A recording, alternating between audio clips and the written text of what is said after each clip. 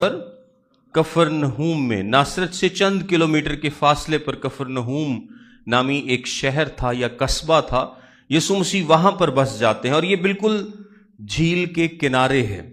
ये जो झील हम जिसका अक्सर जिक्र करते हैं, जिसको हम गलील की झील बोलते हैं, ये वाहिद झील थी वहां पर बनी इसराइल में।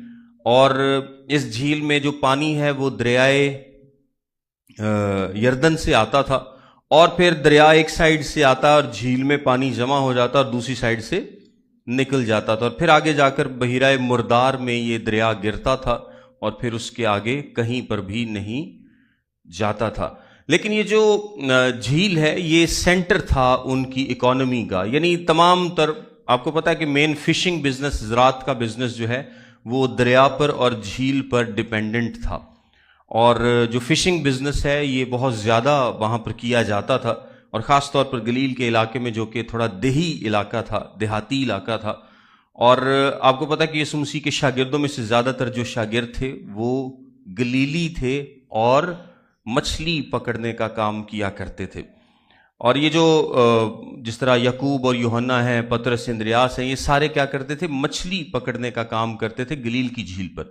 अब बैतसैदा, खराजीन, कफरनहूम, ये सारे शहर कहाँ पर वाक़े हैं? झील के आसपास वाक़े हैं। सो यीशु मसीह ने कफरनहूम को अपना हेडक्वार्टर बना लिया है, और वहां से ही वो क्या करता है? अब सारी खिदमत को सरंजाम देता है। तो पिछले दूसरे बाब में अगर आप पढ़ें मरकस की इंजील के, तो आपको पता चलेगा कि उसने एक लंगड़े शख्स को अच्छा किया और बहुत सारे मोजज़ात किए। सो उसकी बहुत ज़्यादा शोहरत फैल गई, बहुत ज़्यादा, क्योंकि जैसे जैसे मोजज़ात हो रहे हैं शोहरत फैलती जा रही है।